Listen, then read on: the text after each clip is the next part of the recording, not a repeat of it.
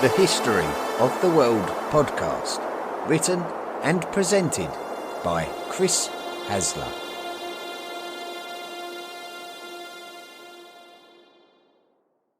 Volume 1, The Prehistoric World. Episode 6, Prehistoric Speech and Language.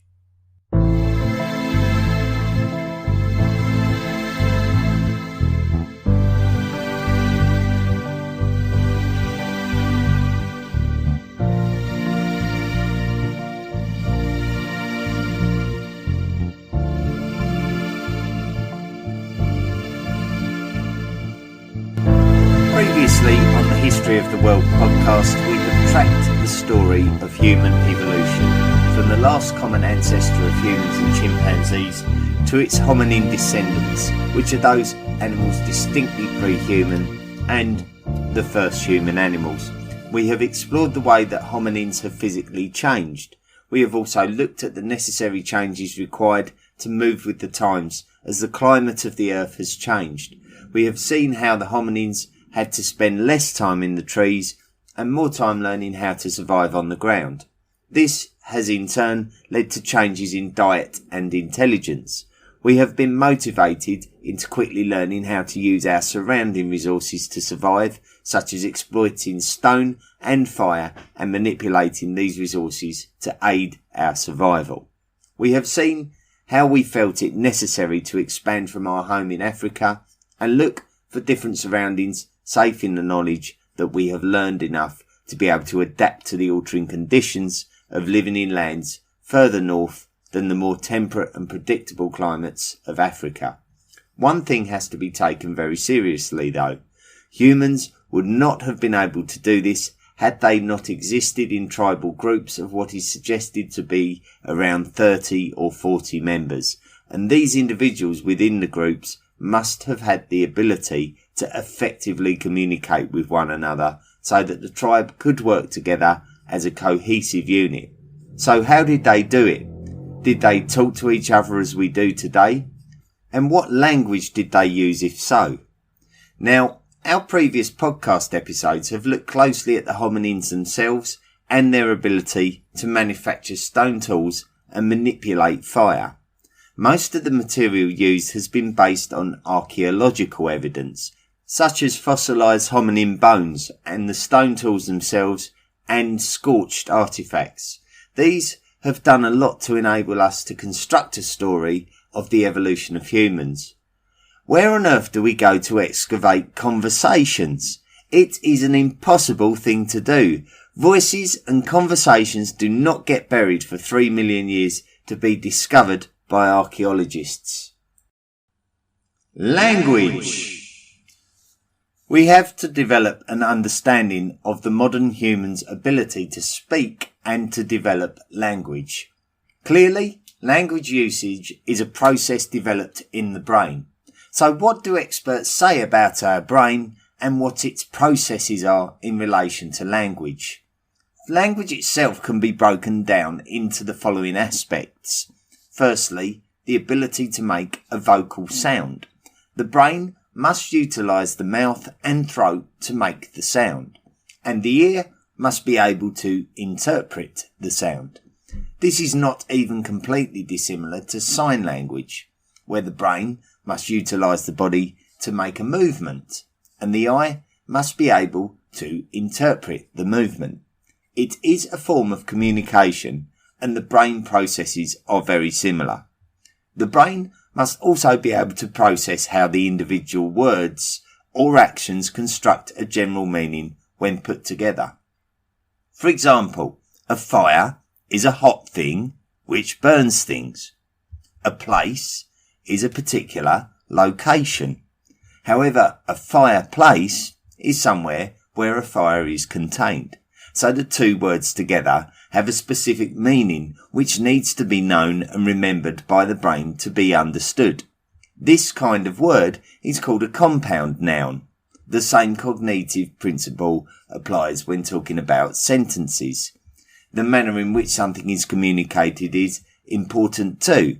If I was directing you to go somewhere to find a piece of food and I knew that it was near the fire, I might suggest that you look out for the fire, which would allow your brain to understand that I was telling you that the food was near the fire.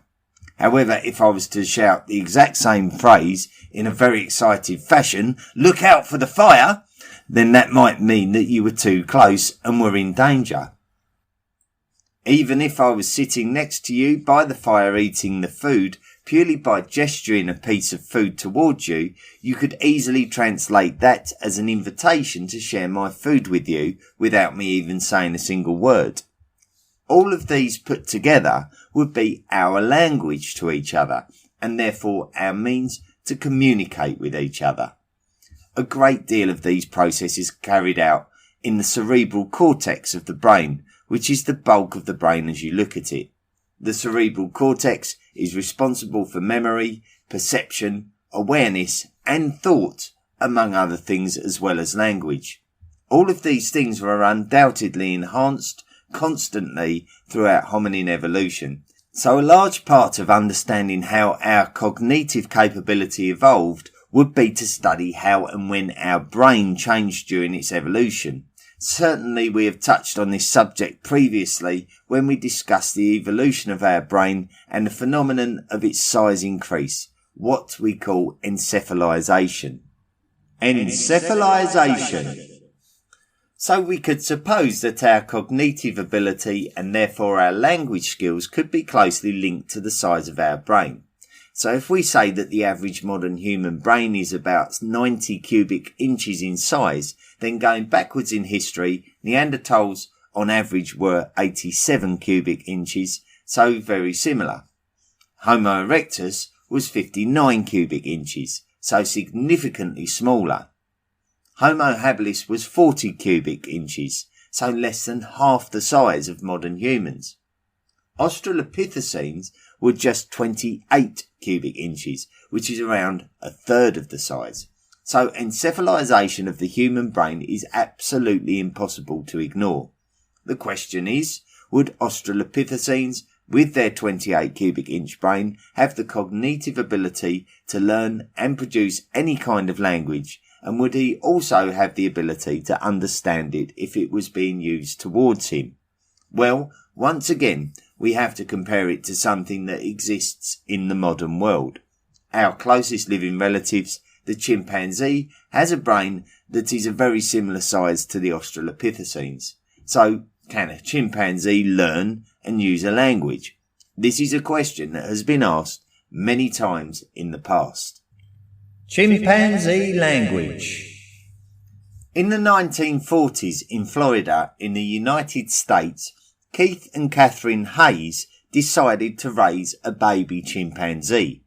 They attempted to teach the chimpanzee, called Vicky, how to talk. They managed to teach Vicky how to say 4 words on her own.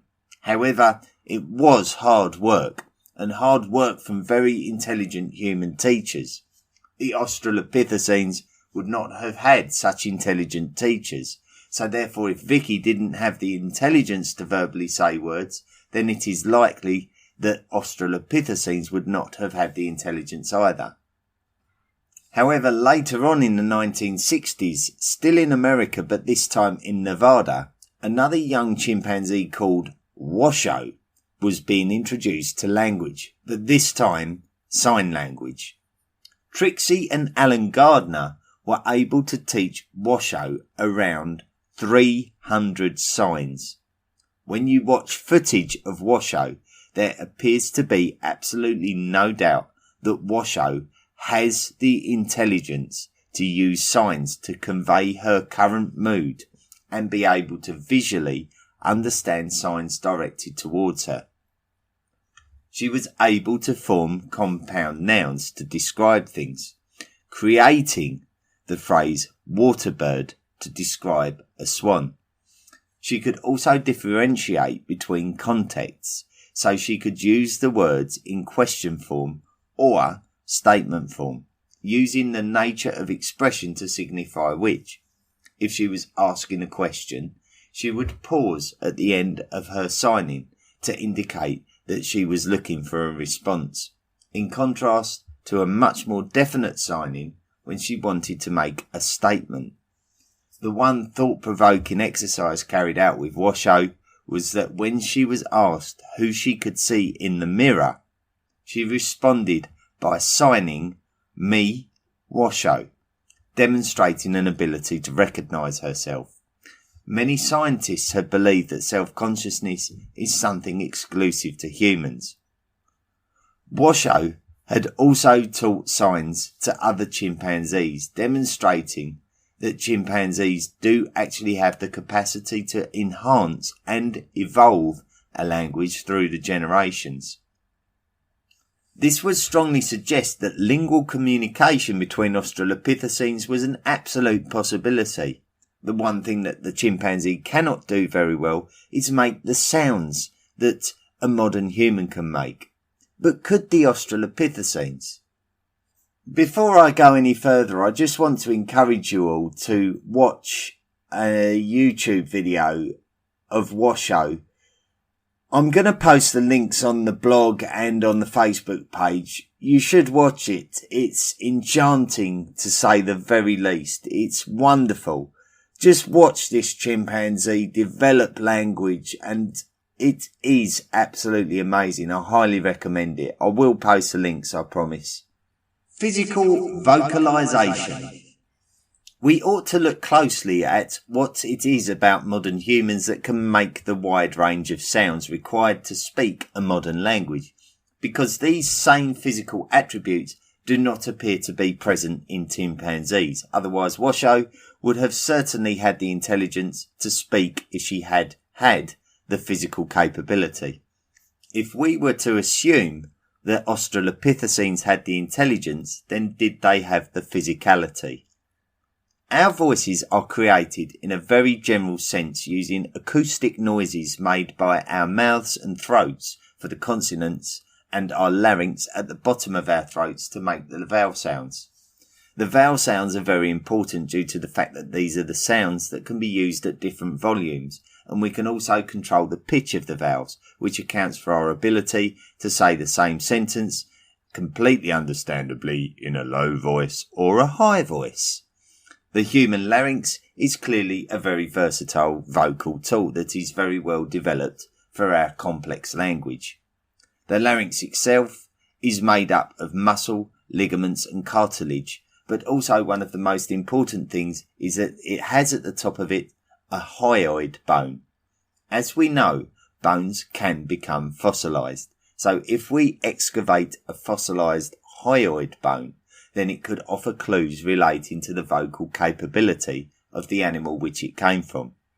The problem is that the hyoid bone is not connected to any other bone in a human body, so it creates a problem when assessing its exact position. And its exact position is quite important due to the fact that in modern primates the larynx is much higher in the throat than in humans, and we believe that the lower position of the larynx in humans gives us a greater acoustic variety to our speech. The real fact of the matter is that human vocal production biology has altered so immensely that it has confused scientists about what could have happened and why. The vocal tract is directly linked to the airways needed for breathing, so any adaptation of this that we might suppose has facilitated language evolution may actually be linked to a simple necessity to breathe differently now that we have suddenly become upright runners since the evolution of Homo erectus.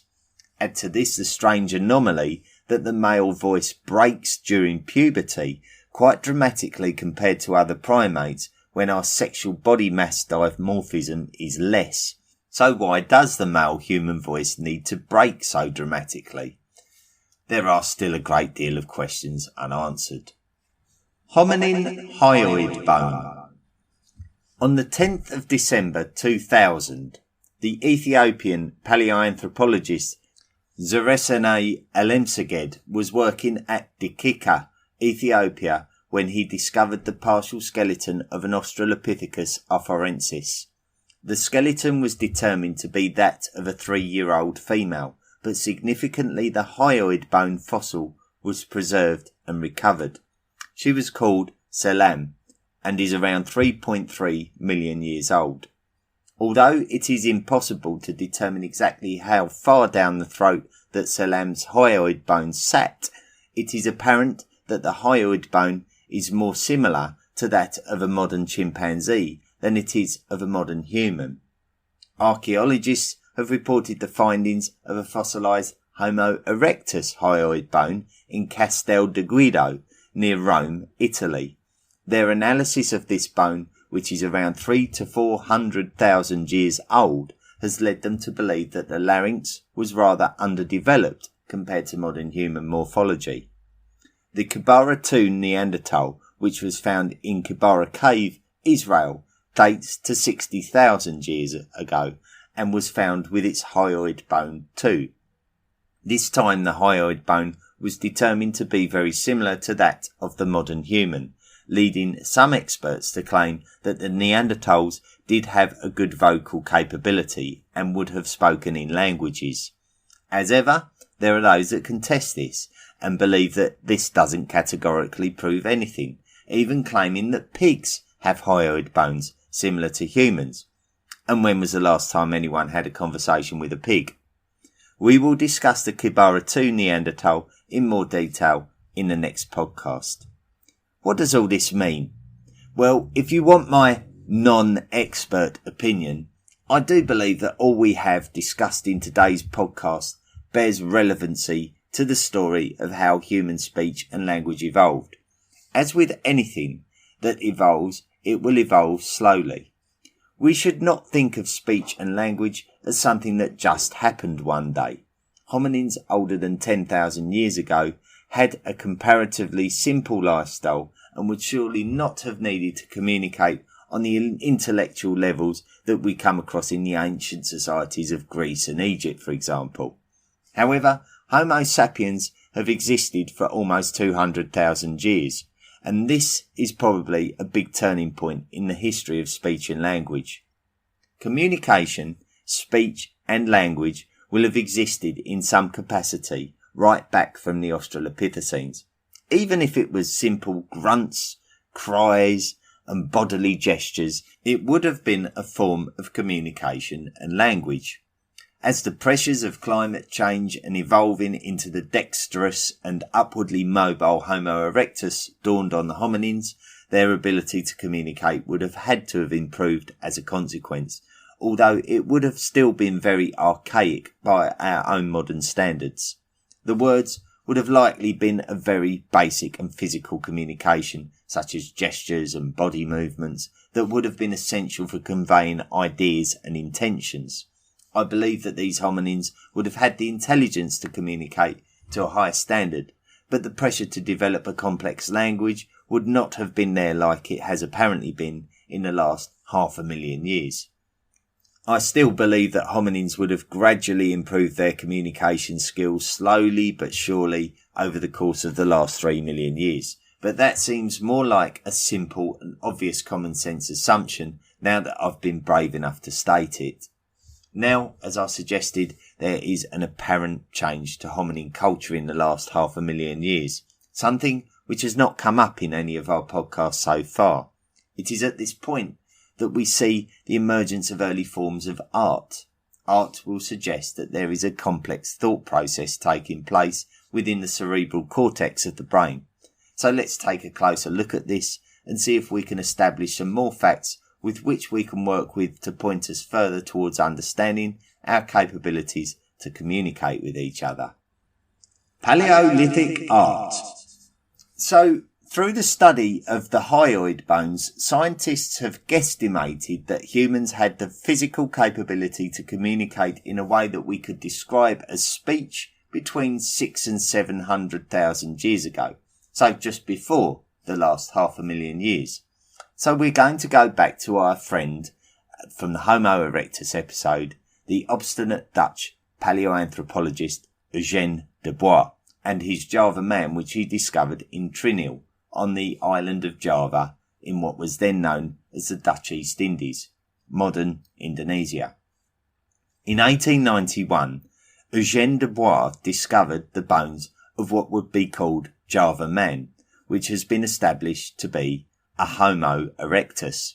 However, Du Bois found more than just these fossilised bones. He also found something very interesting, mussel shells of a species now extinct. It wasn't so much the fact that a new species of mussel had been found so much as the condition of the shells. The shells were dated to the same time as Java Man, so the shells must have been available for Java Man to handle. The shells had small holes made in them, which looked deliberately made at the hands of a dexterous animal. The shells also had deliberately carved zigzag patterns on them.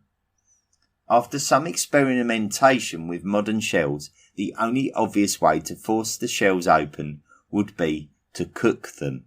It is uncertain whether Homo erectus at Java was a cook, like his relations in Gesher Benot Yaakov in Israel.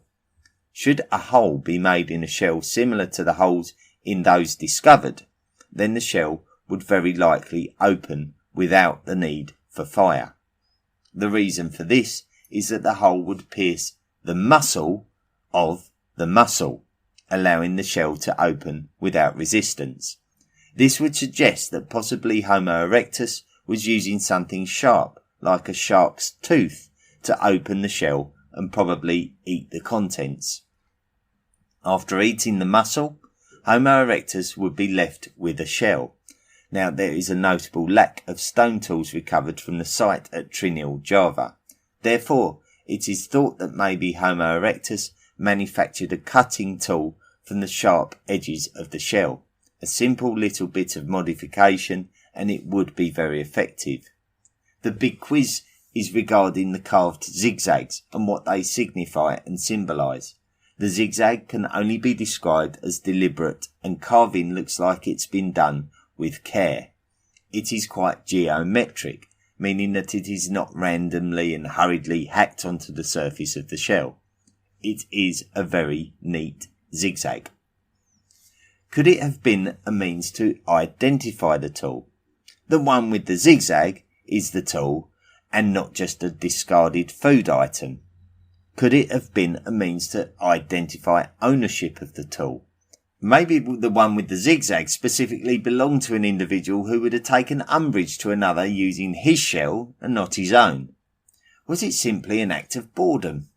Whatever the answer is, regardless of dexterity, it does show a considered act that would require a degree of cognitive ability, and therefore it would be apportioned to an individual who would have been able to linguistically communicate to a significant level.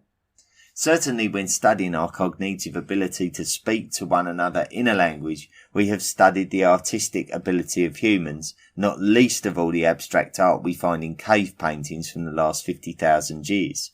So it would make sense to track artistic work back to its origins to establish the human capacity for abstract thought. The shell carvings at Trinil are pretty much the earliest evidence of art. Prehistoric art is something that we will explore in further detail in a future podcast. Conclusion. I will tentatively, with my limited expertise, summarise and conclude what we have discussed in this podcast. 3 million years ago, the Australopithecines would have very likely been communicating with one another, sharing information about food and predators with a series of body movements and shrieks, not unlike modern chimpanzees. Over time, Australopithecines made way for Homo habilis. Homo habilis would have undoubtedly had much more controlled way of communicating, and probably more complex than the Australopithecines. It would have likely not resembled modern human conversation at all, but would have been enough for two of them to have shared an intimate experience of showing each other how to create the odd older one stoneflake tool or two. But the skill would have been much more of a watch and learn experience than a lecture which would have been completely beyond Homo habilis. Moving forward to Homo erectus, I think that maybe the grunts and groans would have formed a kind of language that a fellow Homo erectus would have been able to determine the insinuations of. There would have been vocal noises that would have alerted fellow Homo erectus to dangers such as predators, and very likely vocal noises to describe the type of predator, and maybe even the amount of predators and the distance away that they were. You could even suggest that this is a sentence in a very basic form. They probably had many hundreds of names for things, but they would not have had the range of sounds and the ability to control the air going through their vocal cords to construct syllables. They still would have only been able to make basic sounds. It was very likely not until Homo erectus was coming towards the end of its tenure around 500,000 years ago that the vocal ability of hominins started to become more like modern humans. Grunts and noises would have become more like words, but it would have been a very basic communication. A sentence would have probably not contained much more than a handful of words, partly because it wouldn't have been completely necessary to have a wide vocabulary, and the receiver would not have had the mental capacity to process a complex conversation. The basic needs would have been all that needed to be communicated, and there is no evidence of much abstract thought such as a religion or complex society until the emergence of much more modern humans such as Homo sapiens and their cousins, the Homo neanderthalensis, who not only would have had the modern physicality to speak in sentences, but have had the cognitive ability to think abstract thoughts, albeit in a very basic manner to begin with. Next time, we're going to go back to the chronological story and meet the Neanderthals in an episode which I've been very much looking forward to. I would imagine that the Neanderthal episode is probably one of the more highly anticipated episodes of this paleoanthropological prehistoric volume of podcasts. So I'm really looking forward to getting involved with them and learning more about this pop culture inspiring strange human.